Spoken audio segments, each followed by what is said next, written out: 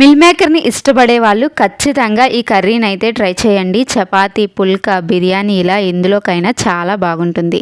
ముందుగా మిల్ మేకర్ని నీటిలో వేసుకొని 10 నిమిషాల పాటు ఉడికించుకొని ఒక స్ట్రైనర్లో వేసుకొని చల్లని వాటర్ వేసేసి పూర్తిగా చల్లారేంత వరకు పక్కన పెట్టాలి. ఇక్కడ నేను చూపించిన విధంగా మసాలా రెడీ చేసుకోవాలి. మిల్ మేకర్ చల్లారాక వాటర్ అంతటిని పిండేసి మిక్సీ జార్లో వేసుకొని కోర్స్గా బ్లెండ్ చేసుకోవాలి. స్టవ్ మీద ప్యాన్ పెట్టుకొని ఆయిల్ వేసుకొని హోల్ గరం మసాలా, సన్నగా తరిగిన ఉల్లిపాయ ముక్కలను వేసుకొని గోల్డెన్ కలర్ వచ్చేంత వరకు ఫ్రై చేసుకున్న తర్వాత అల్లం వెల్లుల్లి పేస్ట్, ఈ మసాలా ముద్ద వేసేసి నూనె పైకి తేలేంత వరకు ఫ్రై చేసుకున్న తర్వాత కారం, కాశ్మీరీ చిల్లీ పౌడర్, ఉప్పు వేసుకొని కలుపుకున్న తర్వాత ఈ సోయా ముద్దని వేసేసి అంతా కలుపుకున్న తర్వాత 2 కప్పుల వాటర్ వేసుకొని సిమ్లోనే ఒక 10 నిమిషాల పాటు ఉడికించుకుంటే నూనె అనేది చక్కగా పైకి తేలి ఉడికిపోతుంది.